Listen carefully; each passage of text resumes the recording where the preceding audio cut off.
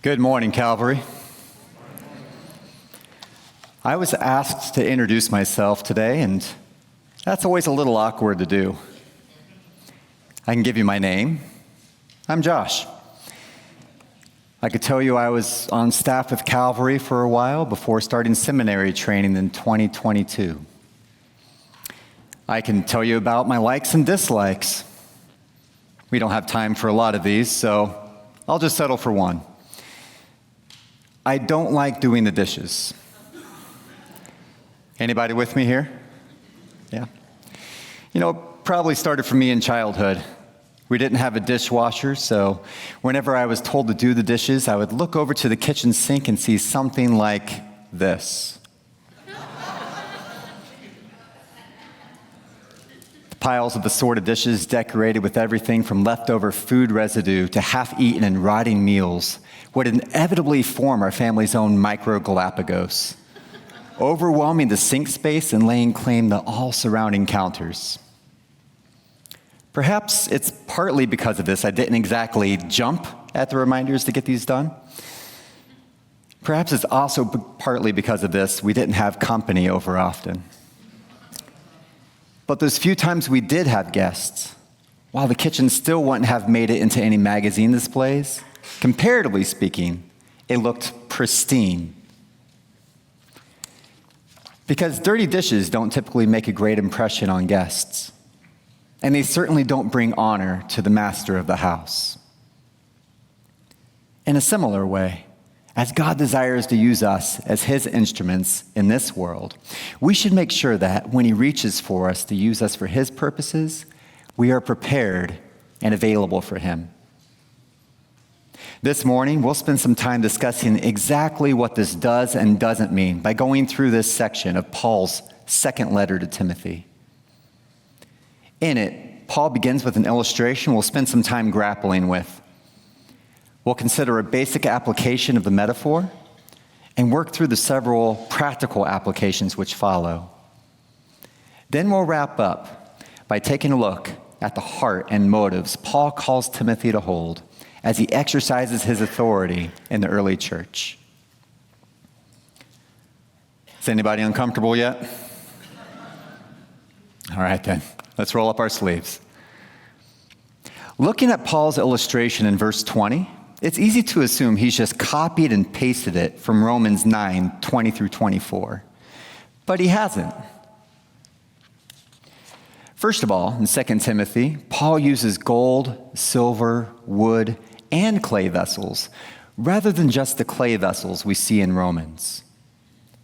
And while he's making an argument there that all of creation is used by God to show his glory, here he narrows the scope to what he describes as a great house.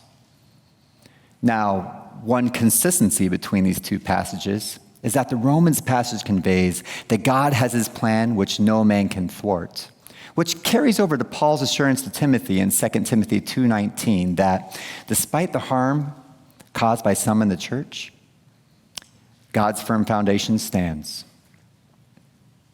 But 2 verses later, Paul indicates that while man cannot thwart God's purposes, he can prepare himself so that God's purposes can be easily carried out through him.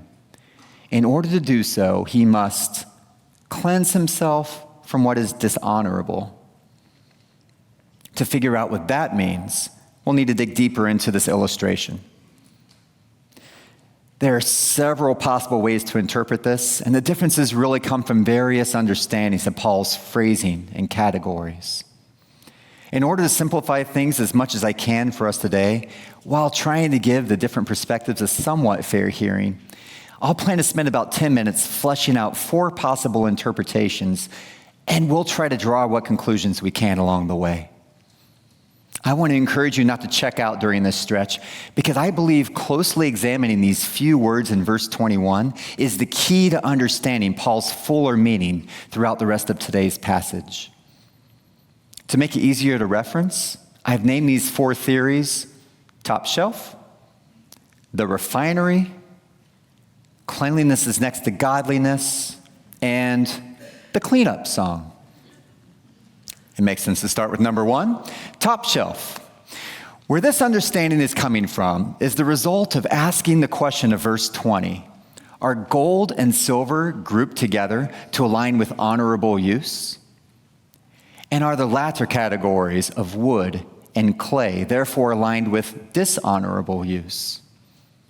If so, one possible way to read verse 21's call to cleanse yourself from what is dishonorable, being the wood and clay vessels, is that you should remove people who are engaging in dishonorable conduct. Last week, Josh Locke covered Paul's discussion of some men who are behaving quite dishonorably, even to the point of having their talk compared to gangrene spreading through the body. And gangrene can be dangerous business. You may have to amputate the part of the body affected by gangrene just to save the rest of the body. So to some degree, this top shelf understanding makes sense in view of the prior passage. After all, if vessels in the great house are dishonorable, they're bringing dishonor to the master of the house and causing others to as well, aren't they? Another thing this top shelf interpretation has going for it is that the word dishonorable here can also be translated common. And this would make sense. Gold and silver aren't common. They're called precious metals for a reason. They're exceptionally valuable metals specifically for their rarity. Wood and clay dishes, however, would have been common and of little value, easily thrown out and easily replaced. Take a moment to imagine the most famous person you can think of, someone you highly admire and respect. Okay, besides Jesus, the next most famous person. All right, got it? Okay, now imagine you've invited this person over to have dinner at your house. You've hired servers for the occasion, and when they bring the meal out and set it in front of your honored guests, you see something like this. The meal is in a Tupperware dish, and this person is handed a plastic fork to eat with. Clearly, the caterers had ignored your instructions to use only the gold and silver dishes from the top shelf, and instead grabbed things out of the plastics cabinet. Everything inside you is probably screaming, "Hey, this is meant to be an honorable, dignified occasion. Get those cheap, common dishes out of here." They're certainly not top shelf quality, and now your honored guest may very well feel like a dishonored or common one. In contrast to what is common, what is holy is set apart, which would leave us in uncorrupted company as we seek to serve our God. Those top shelf gold and silver dishes are probably not used on a daily basis. If they were used regularly, there's a chance they would be dirty or damaged and be unavailable for use in this grand event you've arranged. In case you missed it, 2 Timothy 2:21 says that, "If anyone cleanses himself from what is dishonorable, he will be a vessel for honorable use, set apart as holy, useful to the master of the house, ready for every good work." It's also worth noting that the Greek in verse 21 doesn't actually include the word dishonorable, as the ESV suggests, but actually gives a more ambiguous, "If anyone therefore purifies himself from these things," which is thought to indicate the latter things. And if those latter things are, as the top shelf theory suggests, the wood and clay vessels, as they align with what is common or dishonorable, then it sounds all the more like it's those people represented by those wood and clay vessels, which Paul is calling Timothy to cleanse the church of. There are drawbacks to the top shelf interpretation, though, and we will get to those later. We're calling the second approach the refinery. This one is similar to top shelf in some ways. Gold and silver are still seen as the purified, honorable ideal, and wood and clay are still seen as the common or dishonorable alternative. But it further leverages that translation of common in place of dishonorable, suggesting that any of us who live with a common mindset have the chance to stop being wood and clay vessels Stop being common and instead become cleansed gold and silver vessels by making the changes Paul lays out later. The main difference of the refinery view is an internal focus rather than external. Instead of cleansing the church by cutting off dishonorable people, you're cleansing yourself of dishonorable behavior. But while every metaphor has limitations, this puts a particular strain on Paul's illustration here because it means the wood and clay vessels must somehow become gold and silver through these efforts. Somehow these lesser quality materials must be refined into high quality products. Maybe it would look something like this.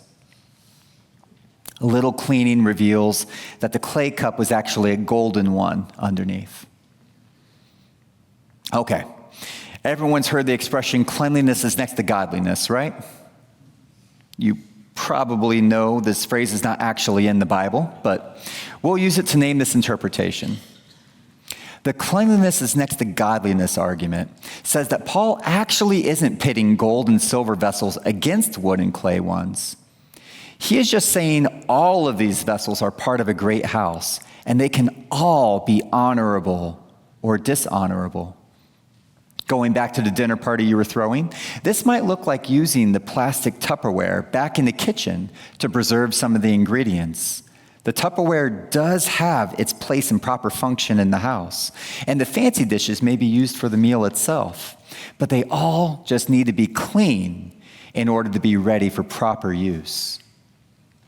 If the dinner is already started and one of the silver dishes, for example, has really tarnished and still has several bits of evidence from the meal served at the previous event stuck to it, you would probably get it out of there as soon as possible. In this case, in the great house Paul speaks of, we'd get rid of what is dishonorable, being the vessels of any kind which aren't cleansed, so that the vessels that remain can be fit for service to the master together.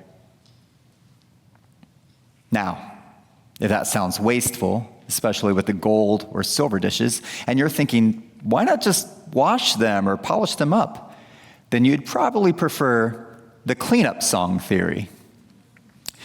Well, my 2-year-old son has created a minefield in the living room by covering the floor with a layer or two of Legos and Hot Wheel cars. From time to time, I'll start singing a song with him, and it signals we're going to get this taken care of. Okay. Even though I sing it with him, I don't really sing it in front of others, so I need anybody willing to jump in and help me out to sing along with me here. Are we ready? Clean up, everybody everywhere. Clean up, everybody. Again, clean up, everybody.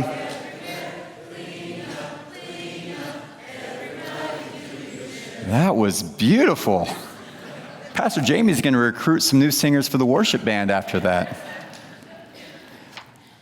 With the cleanup song view, just like cleanliness is next to godliness, all of the dishes have a place in the great house, even if they serve different purposes, and they may all get dirty from time to time.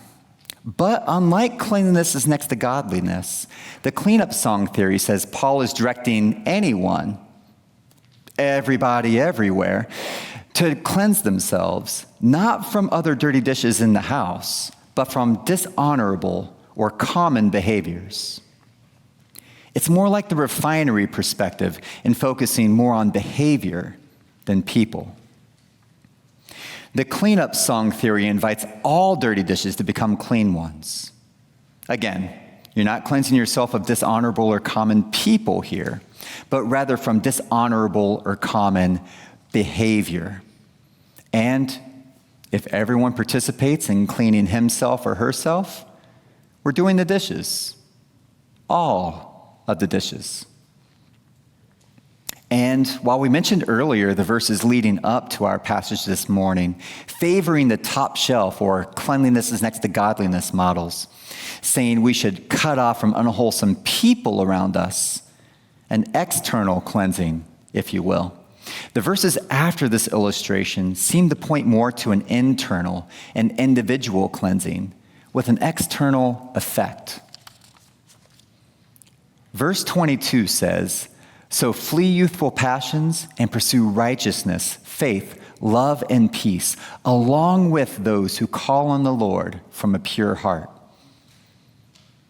As we come out of the illustration, Paul gives this as the application. So, do this. While it can be tempting to really camp out on the flee youthful passions and try to figure out every little thing we might be doing wrong, we're not going to go there just yet. Instead, let's take a closer look at what we pursue. Righteousness, faith, love, and peace, along with those who call on the Lord from a pure heart. Notice how relational each of those items are. Righteousness, faith, love, and peace. And Paul's instructions are not just to flee and pursue, but to flee and pursue along with those who are aligned in spirit. Be reinforced by godly community rather than try to do this all on your own. But even people in the church can have rough edges. What do we do when there's friction? It's really nice to know this was all written to the early church, isn't it? I mean, here we are 2,000 years later, and we've really figured out how to do life together without any conflict or controversy, haven't we? No. We're likely just as divided today as they were back then, if not more so. There are many controversies and points of conflict we can engage in today with one another within the church. And you and I may not know each other, but here's what I know about you. If I say, think of someone you disagree with, you already have someone in mind. When we start talking about controversy and rough edges, it's easy to nod our heads and point our fingers and say, yeah, they should really change. It's natural to go there because our way and our view is the right one, isn't it? If it wasn't, we wouldn't have it. So if those people would just agree with me, then we'd all be right together and we can get along. Notice that in the four interpretations of Paul's illustration, not one of them involves one dish cleaning another. You're either cleaning yourself or you're cleaning your environment of people who aren't cleaning themselves. Brothers and sisters, the second option is often so much easier, and I would argue more common than the first. This is probably why I lean away from the top shelf and cleanliness is next to godliness understandings. There are people I just disagree with, and those same people disagree with me. How will we ever solve this problem? Well, we could sit down together, daily facing the challenges inherent in relationship between people with different perspectives, backgrounds, values. But our first move is often instead to just part ways and allow each other to hold our views, but in separate worlds. In our political culture, families are fractured right now because of disagreements over issues.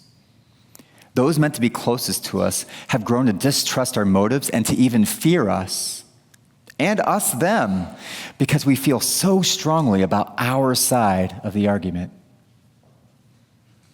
Within the American church, it seems there's this weird reinterpretation of Jesus' command to the disciples in John 13:35 that understands him as saying, "By this all people will know that you are my disciples if you have all of the right answers." Which, by the way, isn't the correct quote. It is, "By this all people will know that you are my disciples if you have love for one another." Calvary, this is how we show ourselves to be holy and set apart from the rest of the world. Division is easy and common in our broken, sinful, individualistic culture. Love is challenging, and our display of it toward one another is ultimately meant to be proof to the broken world that Jesus is actually the hope for its healing. And do you want to know the context of John 13:35? Jesus had just taken off his robe, got down on the floor, and washed his disciples' feet. This was the creator and king of the universe, humbling himself out of his love for them. And it was uncomfortable. And we don't like to be uncomfortable. Otherwise, it wouldn't be called uncomfortable. And Jesus comes along and tells us we need to wear that humility he demonstrated as we live with one another in love. This is so important. Don't miss this. While we may have responsibility to cleanse ourselves from what is dishonorable, we do not do this by ourselves. Interaction with the people around us brings about reactions from those people, and it's through those that I can see more clearly what needs cleaned in my heart. Wow, I just hurt that person. I didn't mean to do that. It's embarrassing, but now I have a choice to make. Hide and distance from that person and hope they just get over it, or ask God to mature my heart and seek restoration of relationship with that person through forgiveness. Ouch! That person just hurt me. I don't think I deserve that. It's painful, but now I have a choice to make. Try to punish that person with revenge or resentment, or ask God to heal my heart and forgive that person even before they come to ask for it. What's the point? A few weeks ago, Pastor Brian said we need each other. This plays into that need. We need one another to see where our hearts need cleansed from what is dishonorable. One vessel doesn't clean another, but without the other being in loving community, the one often won't even realize it needs cleaned. So flee youthful passions and pursue righteousness, faith, love, and peace along with those who call on the Lord from a pure heart.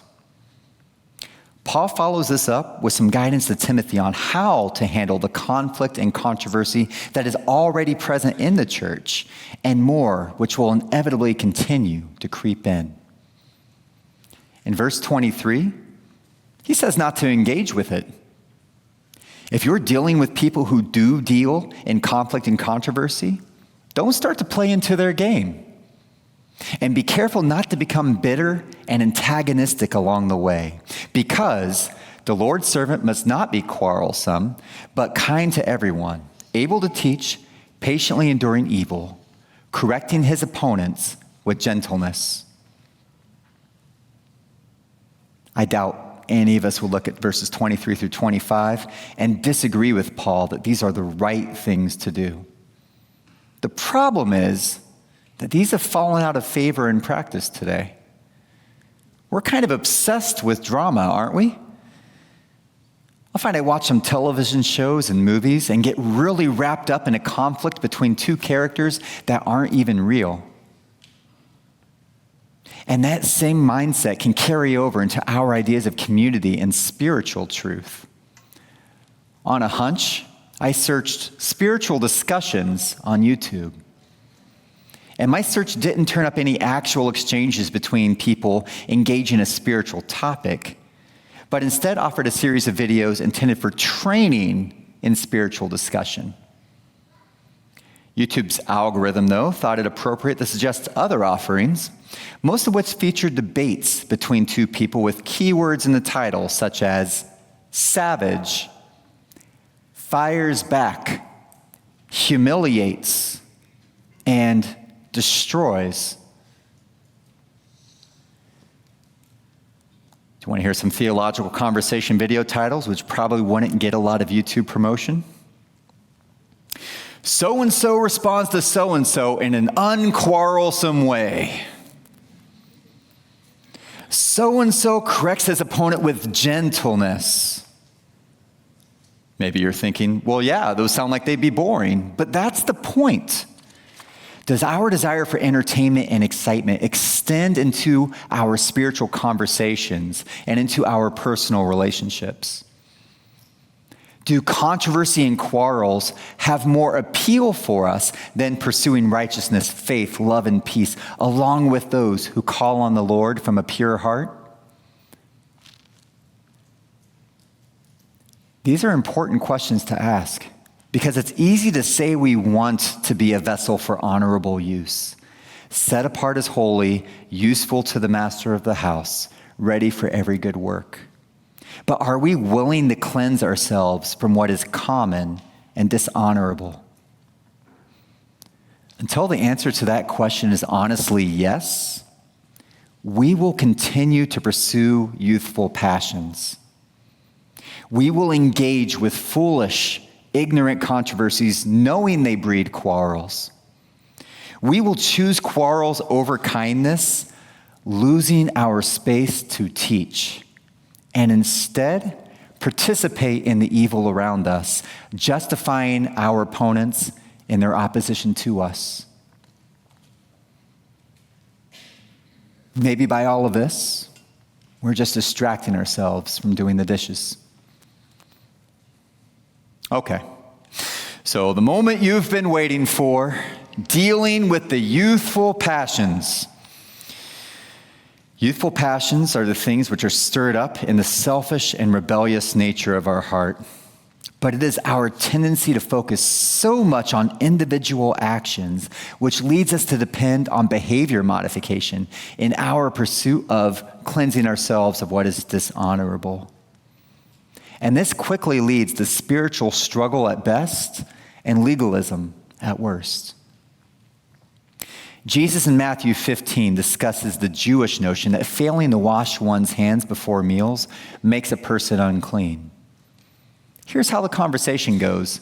And he called the people to him and said to them, "Hear and understand, it is not what goes into the mouth that defiles a person, but what comes out of the mouth, this defiles a person."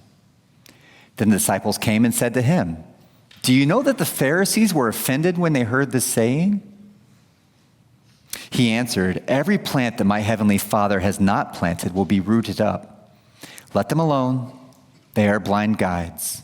And if the blind lead the blind, both will fall into a pit." But Peter said to him, "Explain the parable to us." And he said, "Are you also still without understanding?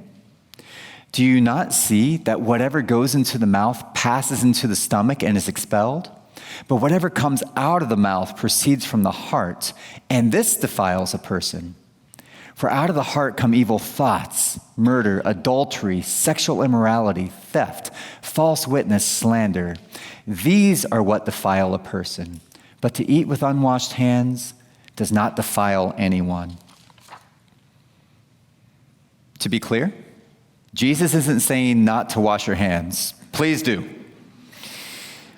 But what Jesus is actually doing here is identifying the root of our issue, and it's not our individual actions. We tend to focus on them just because they are what we can see, but the heart is the source.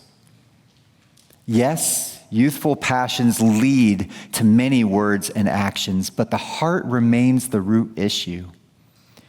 Jesus says here that you can examine what's in your heart by looking at what comes out of your mouth. Trying to watch our language will really only get us about that far. Avoiding certain words isn't the answer. A change of heart is the answer. Man may wash his hands, but only God can transform the nature of a man's heart. Even after having our heart changed by God, we still choose what influences it. The ways we engage with the youthful passions of the world around us affects us.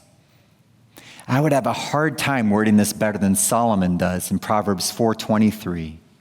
"Keep your heart with all vigilance, for from it flow the springs of life." It is because of Paul's relationship with Timothy and seeing the transformation in his heart that he feels it appropriate to call Timothy as a young leader to keep himself from the spiritual bacteria being spread in the church at the time. Pastor Kyle mentioned 2 Timothy being Paul's last letter, and that we can see this as Paul passing the torch to his young disciple. He's given Timothy direction and calling him to serve in messy conditions faithfully. So I want to pause here for a minute because we've covered a lot of ground, and I don't want to throw all of this out there without leaving room to resolve some conflict together. Sure, we can see that we all need the Holy Spirit to cleanse our hearts, no matter what kind of dish we may imagine ourselves to be. And we can wrestle against the desire to part ways with people in the church who disagree with us and consider what it means to love them instead. You might be thinking, Josh, let's be real. I can stay with a person saying it's because I love them, but honestly, I'm probably tolerating more than loving. And that person I'm tolerating in the meantime is allowed just to spout off their wrong ideas and opinions and corrupt others with their views along the way. Doesn't part of keeping my heart pure of negative influences mean I keep misinformed people off my radar?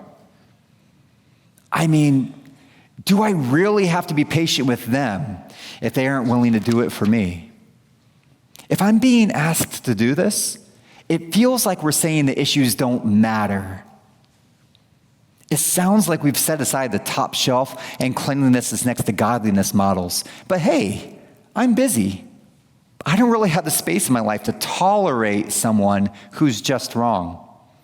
I get worked up because of how wrong they are, and I want church to be the place where I can just relax and worship and be in a peaceful space. Why shouldn't I just go somewhere where that can happen? Or make my current space into that by tossing the bad dishes into the dumpster? Here's where we get to some of the heart and motives behind Paul's instruction to Timothy. First of all, Paul doesn't tell Timothy he's never allowed to correct those bringing problematic matters into the church. It would be hard to be much of a leader without being able to give direction. The question becomes, what motive do we have in addressing conflict? In my experience, having a disagreement with someone I genuinely care about looks very different from disagreeing with someone I don't care about. When I don't care about someone, I'm pretty open to the possibility that this individual will walk away from the disagreement, and we don't really have to address anything further if we don't want to. When I care, though, ending the relationship isn't seen as an option for me. In our disagreement, there is a need for unity somewhere within it. Because by the time the conversation is over, I still desire to continue my life with this person in it. So Paul tells Timothy in verse 25 to correct his opponents with gentleness because of the possibility those dirty dishes might be given a change of heart by God. Then it's like the spell is broken and they snap out of it, realizing they've been under the devil's control all that time. We hope for that. Well, I hope we hope for that. That tendency to feel that we're too busy to love the difficult folks around us has really ramped up in our culture. When we're not busy with work, streaming services and social media have conveniently filled the gaps in our lives, promising to entertain us exactly as we hope to be entertained, in a weirdly sterile way.